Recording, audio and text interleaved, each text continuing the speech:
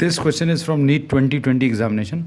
The statement of the problem says the Brewster's angle IB for an interface should be. अब Brewster angle क्या है? इसमें suppose ये transparent medium है, ये अनपोलराइज लाइट है and this is falling on a suppose a glass surface. अब इसमें इसका कुछ पार्ट रिफ्लेक्ट होगा और कुछ रिफ्रैक्ट होगा. तो at an angle of incidence equal to Brewster angle this reflected light will be plane polarise light. ये अनपोलराइज लाइट है और ब्रूस्टर एंगल पर अगर ये इंसिडेंट है तो ये रिफ्लेक्टेड रे जो है that will be completely plane polarise light and this refracted ray which is passing into the glass is partially polarise light. अब एक और प्रॉपर्टी ये है, एक प्रॉपर्टी तो ये बता दी कि ये इसका reflected part completely plane polarise light होगी. दूसरी प्रॉपर्टी ये कि ये रिफ्लेक्टेड रे और रिफ्रैक्टेड रे 90 डिग्रीज एंगल पर एक्ट करेगा.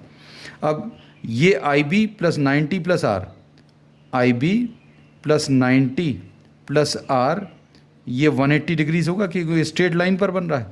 तो आर की वैल्यू इसमें 180 माइनस 90 माइनस आई बी हो जाएगा and this will be 90 minus I B. And the refractive index of the denser with respect to rare will be sine I upon sine are.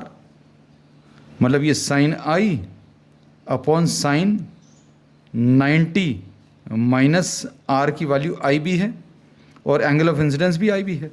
तो ये sine I B upon cos I B,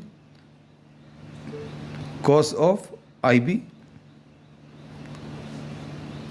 अब इसको tan आई B लिख सकते हैं. अब इसमें अभी हम लोग मालूम है that refractive index is equal to tan of I B और रिफ्रैक्टिव इंडेक्स ग्रेटर देन 1 है. इसका मतलब क्या है? tan of I B will be greater than tan 45 और tan 45 से बड़ा कहाँ पर दिया है? tan 45 मतलब इसमें I B will be, if we solve this, I B is greater than 45 but this will be smaller than 90 degrees, क्योंकि 90 डिग्रीज हो ही नहीं सकता. So we say that fourth option will be the correct answer.